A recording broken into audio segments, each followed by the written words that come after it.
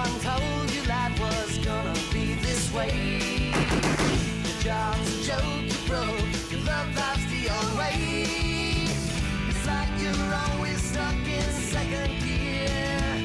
When it hasn't been your day, week, your month, then your year. But I'll be there for you.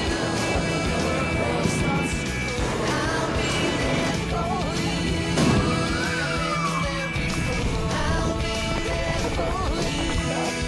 So there for you too.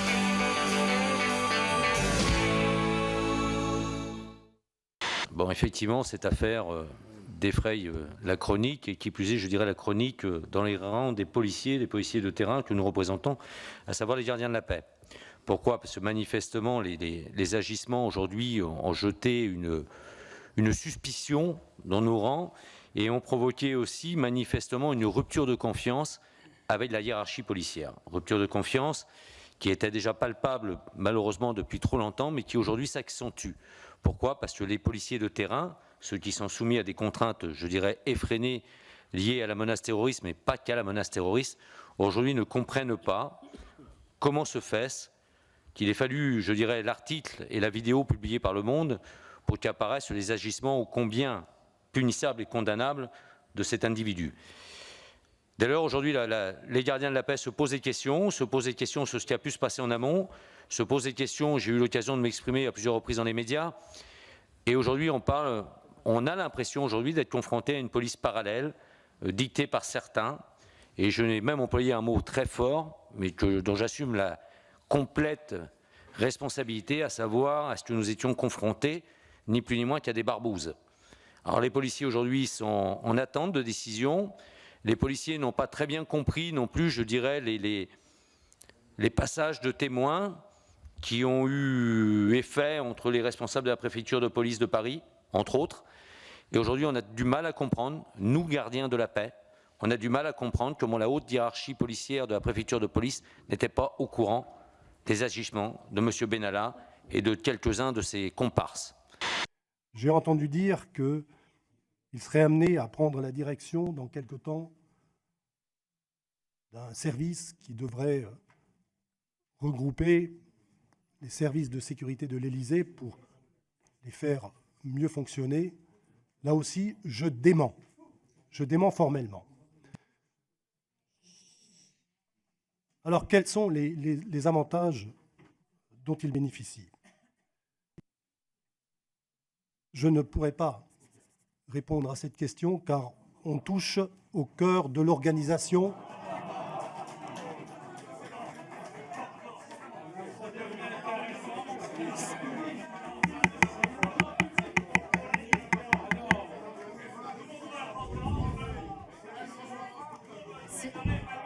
S'il vous plaît, Mesdames, je vous remercie de Mesdames et respecter messieurs, l'audition et de respecter les réponses qui vous sont faites.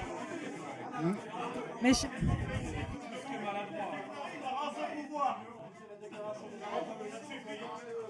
s'il vous plaît, mes chers collègues, je vous demande de respecter cette séance de commission et les réponses, si elles ne vous conviennent pas, sont les réponses qui sont effectuées par M. Stroda.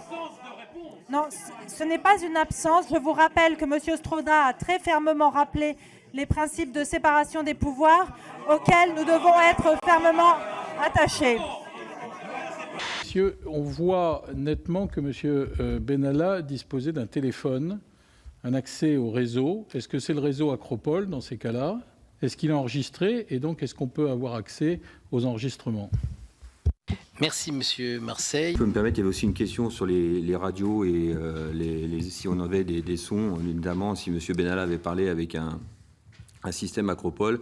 D'après, pareil, nos informations, tous les enregistrements radio durent 62 jours. Donc, forcément, le délai est un peu dépassé. Et sur les vidéos, normalement, on est à 30 jours. Voilà, donc 62 jours à la radio, ça devrait pouvoir peut-être encore se trouver, mais je crois que M. Gibelin a répondu à cette question hier lors de l'audition. Et sur les vidéos, on est censé, je préfère parler comme ça, on est censé ne pas en retrouver d'autres. Alors, est-ce que j'ai rencontré le président de la République? Oui, je l'ai rencontré ce week-end.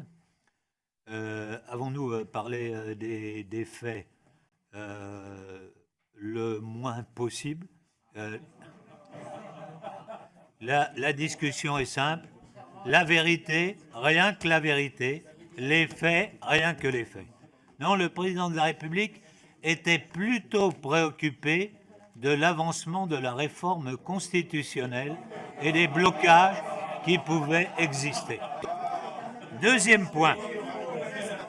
Il y a un certain nombre de policiers qui ont été suspendus, qui ont été mis en examen parce qu'ils auraient communiqué des informations indues à M. Benalla. Pour autant, quand vous avez quelqu'un qui se présente comme étant directement l'émanation de l'autorité suprême et qui procède à des sollicitations auprès de policiers, je veux bien qu'ils aient commis des erreurs, peut-être, je ne sais pas, l'enquête le dira, il est pour autant extrêmement difficile de résister à ce genre de sollicitation.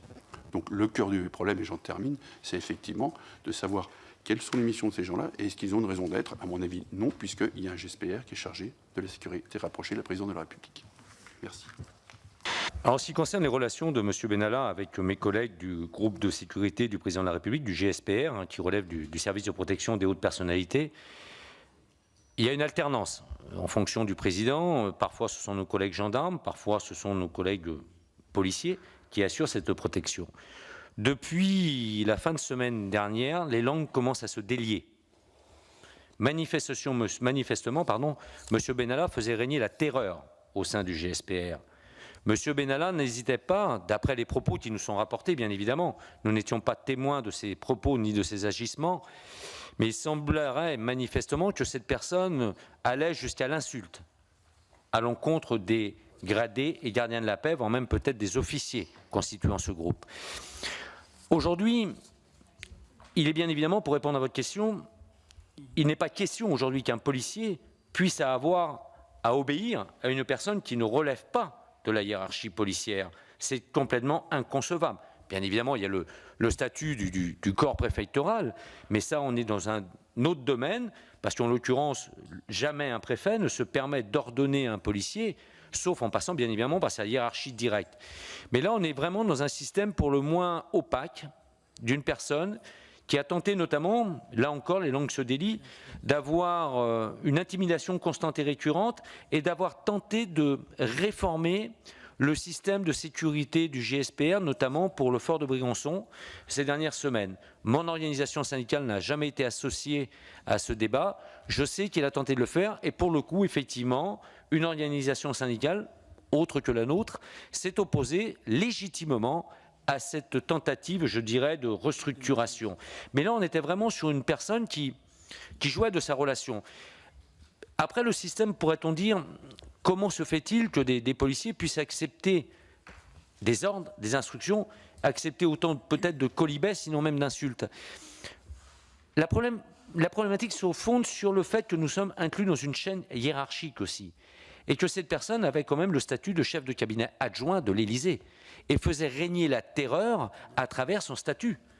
Tout simplement. Vous savez, quand un gardien de la paix, un gradé, un officier, voire même certainement un commissaire, a en face de lui une personne disant « j'ai une relation directe, constante et récurrente avec le président de la République », peu d'entre nous, sauf peut-être les syndicalistes, ceux dont je suis convaincu, d'ailleurs au demeurant, mais un fonctionnaire de police, et sans que ce soit péjoratif, lambda, ne s'opposera que très rarement. Il incarnait à travers ses propos, son attitude, je dirais, une posture de pouvoir suprême. Et il faisait par le fait régner la terreur.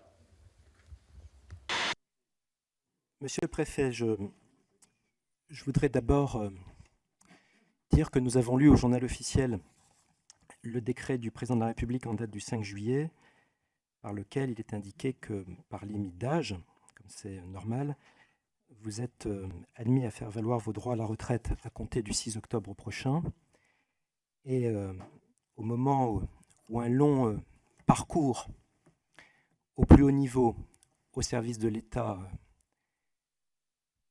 est conduit à se clore par l'effet de l'état civil, je tiens à dire comme député le respect qu'inspire à chacun le parcours administratif qui est le vôtre au service de l'État, au service de la République française, au service de nos compatriotes. Et je tenais à faire cette remarque liminaire dans le cadre formel de cette audition devant la commission des lois en forme de commission d'enquête. Merci, monsieur le co-rapporteur. Avant de répondre à votre question, permettez-moi de vous remercier pour les mots que vous avez eus concernant ma carrière. Juste vous dire que ce qui me motive, ce qui m'a toujours motivé dans le choix que j'ai fait, c'est de servir l'État. Et je le ferai jusqu'à la dernière minute. L'État en tant qu'institution et l'État à travers toutes ses valeurs. Monsieur Benalla a été recruté dès le début du mandat du président de la République. C'est moi qui ai signé son contrat de recrutement et il a été recruté parce qu'il faisait partie de l'équipe de campagne du candidat qui a été élu président de la République. Et au sein de cette équipe, il avait des fonctions d'organisateur que tout le monde reconnaissait, que tout le monde saluait, ce qui m'a amené à l'affecter à la chefferie, donc auprès du chef de cabinet. Moi, j'aimerais juste savoir s'il y a eu une réunion de ce type, quelle que soit d'ailleurs la manifestation qui devait être organisée, entre le 2 et le 18 mai. Oui, très certainement, oui. Oui. Comme vous nous avez indiqué tout à l'heure que M. Benalla était présent à l'intégralité de ces réunions, il ne vous est pas apparu qu'un jour, M. Benalla n'était pas présent à une des réunions qui pourrait avoir lieu entre le 2 et le 18 mai. Non. Et j'ai eu à dire, et je répète, que la sanction prise à l'encontre de M. Benalla, à aucun moment n'a été portée ni à ma connaissance, ni à celle de mes collaborateurs. Mais vous allez un tout petit peu plus loin en me répondant à ma première question. C'est que nous avons bien compris que personne ne vous avait informé de cette sanction, mais vous venez, par la réponse que vous venez de m'apporter, de m'indiquer que cette sanction n'a en réalité pas été appliquée, puisqu'il y a eu des réunions entre le 2 et le 18 et M. Benalla était présent avec vos services. Et oui. Je tenais déjà à vous remercier, Madame la Présidente, de m'offrir la possibilité de m'exprimer sur ce point très précis. J'imagine qu'après, vous m'interrogerez sur d'autres éléments nouveaux, notamment liés à certaines déclarations ce matin. S'agissant donc de ce que certains ont appelé un rétro-pédalage, de manière fort inopportune, il s'agit pour moi ni plus ni moins que de manière très claire et ayant témoigné sous serment la veille, lorsque je me suis aperçu que j'avais mal entendu, mal reçu, mal compris, et je m'en expliquerai, et je vous en expliquerai les raisons, une question, lorsque j'ai revu dans le courant de la nuit, j'ai regardé ma prestation sur Internet, je me suis aperçu que très nettement, j'avais apporté en toute bonne foi, j'insiste là-dessus, en toute bonne foi, une réponse à une question que j'avais mal comprise, ou plus exactement, je vais y revenir, sur le périmètre temporel duquel je me suis moi-même peut-être fourvoyé. Et je vous redis sur l'honneur, vous savez, je vais vous dire, dans cette affaire-là, au-delà de la déposition sous serment, c'est l'honneur d'un homme qui est en jeu, c'est un peu le mien. Permettez-moi d'être un petit peu sinon vif dans mes propos, mais en tout cas passionné. Je vous réitère mes propos, Madame la députée. À aucun moment, la manifestation du 1er mai n'a été ciblée comme telle. À aucun moment, je ne me suis trouvé en position de m'enquérir, comme je l'ai lu, du fait de savoir si M. Benalla avait reçu tout ou partie des équipements. Encore une fois, je m'en tiens de la manière la plus stricte et la plus honnête possible. Je m'en tiens à ce que je vous ai dit. M. Benalla a fait part de son souhait de participer dans les jours prochains à une manifestation. Il m'a demandé si c'était possible, je lui ai dit oui. Je lui ai précisé les conditions pour lesquelles, par la voie que... Voilà. En aucun cas, je n'ai invité M. Benalla sur cette manifestation, Madame la députée. Je vais reprendre effectivement la question de M. le sénateur Richard sur d'autres comparses. Donc, hormis, je l'ai dit tout à l'heure, hormis celui qui a été vu employé de la République En Marche, d'après ce qu'on peut savoir, selon les éléments en ma possession, il semblerait manifestement qu'au sein du GSPR, j'insiste bien sur le semblerait avec le conditionnel qui s'impose, qu'effectivement au sein du GSPR, nous avions un groupe de personnel hors police et hors gendarmerie, hors du champ de la mission régalienne de sécurité qui doit être celle du GSPR et de la protection du président de la République et de son épouse, qui en l'occurrence étaient des civils, des privés. Et c'est bien pour ça que j'ai employé depuis le début, depuis jeudi dernier, j'emploie le terme de barbouze, parce que ces gens-là n'ont aucune habilitation. Ce ne sont ni plus ni moins que, sans que ce soit péjoratif, parce que j'ai beaucoup de respect pour les métiers de la sécurité privée, mais ce sont des vigiles qui étaient employés aujourd'hui manifestement par M. Benalla dans le cadre de la protection de la présidence de la République. Oui, effectivement. Monsieur le secrétaire général, cette information que vous nous donnez est extrêmement importante. Est-ce que vous êtes en mesure de la sourcer ?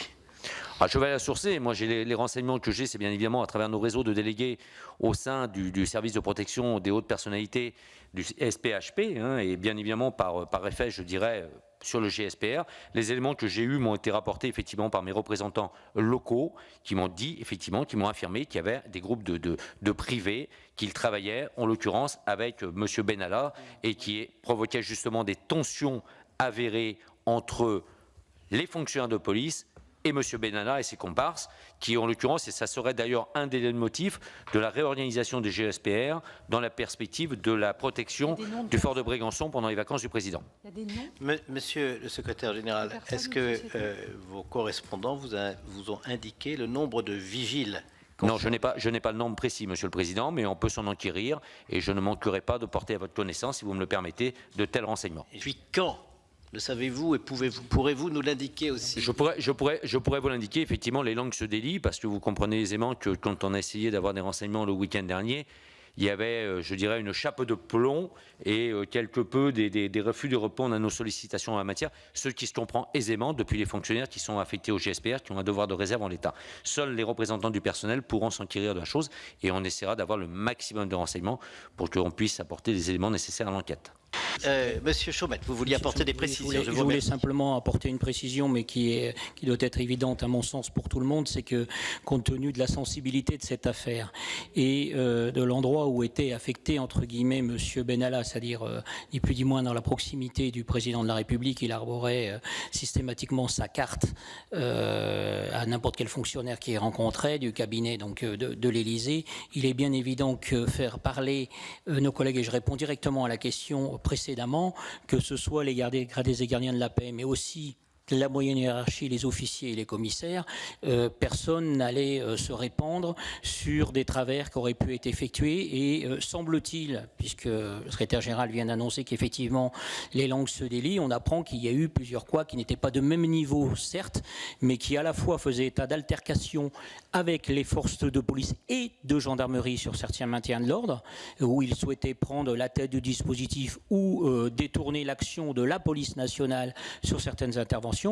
Et qui plus est, pour ceux qui éventuellement pouvaient trouver ça totalement anormal et éventuellement le faire savoir, eh bien il y avait effectivement cette carte qu'il présentait, qu'il arborait, et que là pour le coup c'était plus difficile à faire savoir au égard au déroulement de carrière, que vous pouvez bien comprendre.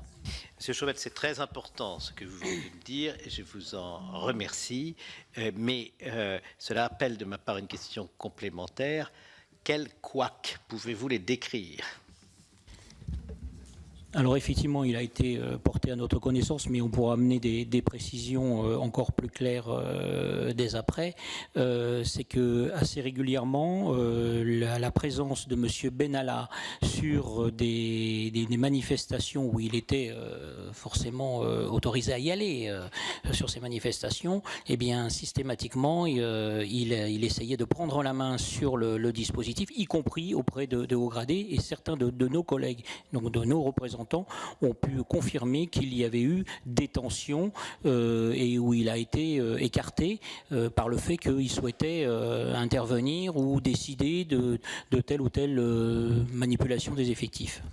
Donc vous voulez dire que l'autorité de police s'est refusée à ce moment-là à déférer à ses ordres, à ses instructions. À ses recommandations, oui, ou à sa volonté d'agir autrement. Très bien, je vous remercie. Merci Madame la Présidente. Bon, les travaux de notre commission ont commencé il y a en réalité 5 jours. Un certain nombre d'auditions se sont tenues, elles ont été utiles. Mais je constate que les travaux de notre commission se déroulent dans des conditions qui ne me paraissent pas conformes à l'exigence de manifestation de la vérité. Après avoir beaucoup échangé ces dernières heures avec les députés des différents groupes d'opposition et avec les députés non inscrits, je persiste, comme co-rapporteur, à avoir à votre endroit, Madame la Présidente, la nécessité d'exprimer 3 exigences. D'abord, il me semble essentiel d'obtenir l'audition des personnes dont la liste a été communiquée à la Commission par mes soins, ainsi que par les différents députés membres de notre commission, les déclarations contradictoires de plusieurs personnes qui ont été auditionnées à l'Assemblée, les nouvelles informations qui sont rendues publiques, nécessitent impérativement que toutes les auditions que les uns et les autres nous avons demandées, avec pour seule préoccupation de faire émerger la vérité, que toutes les auditions demandées puissent se tenir. C'est la première exigence.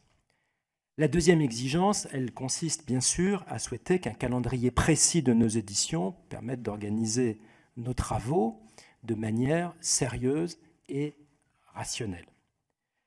La troisième exigence, elle consiste à souhaiter qu'au titre de nos pouvoirs d'investigation, nous obtenions la communication par l'Élysée et le ministère de l'Intérieur notamment des pièces indispensables à la compréhension de la chaîne de responsabilité.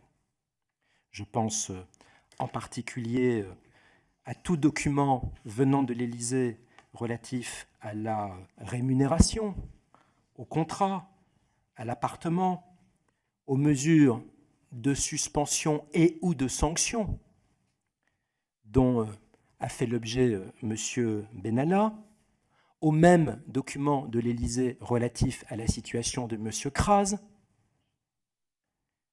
Je pense évidemment à l'arrêté du préfet de police relatif au port d'armes de M. Benalla, ainsi, je l'ai dit tout à l'heure devant le préfet de police, qu'à la note du directeur de cabinet de l'Élysée demandant au préfet de police d'attribuer ce port d'armes au motif d'une définition des fonctions de M. Benalla. Ces documents sont évidemment indispensables pour avoir la possibilité de rédiger un rapport rationnel fondé sur des éléments de fait.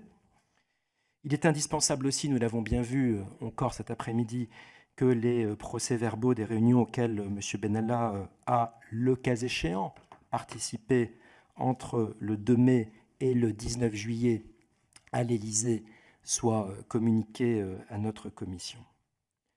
Alors, nous nous en sommes expliqués hier en bureau, dans une commission spécialement consacrée aussi à notre ordre du jour, à nos méthodes de travail. Je constate, pour le déplorer, que la co-rapporteure, que je respecte par ailleurs, il ne s'agit pas d'une mise en cause personnelle, mais je constate que la co-rapporteure, avec le soutien des seuls députés du groupe La République En Marche, que je distingue d'ailleurs des députés du MoDem, dont j'ai constaté hier qu'ils se ralliaient à ma proposition d'entendre le secrétaire général de la présidence de la République, Alexis Kohler.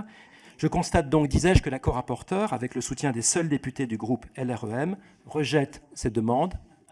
Et je pose la question, est-ce que l'Élysée souhaite torpiller les travaux de notre commission? Je le crois, je le crains. Je pense qu'instruction a été donnée aux députés du groupe En Marche de bâcler la préparation d'un vrai faux rapport.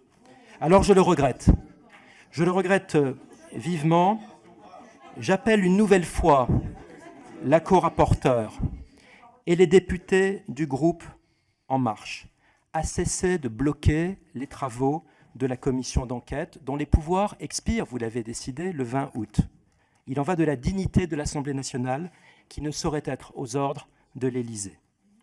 Aussi, tant que la commission d'enquête n'aura pas, par hypothèse, retrouvé un mode de fonctionnement permettant la manifestation de la vérité, je suis contraint de suspendre ma participation à ce qui n'est devenu, hélas, qu'une parodie.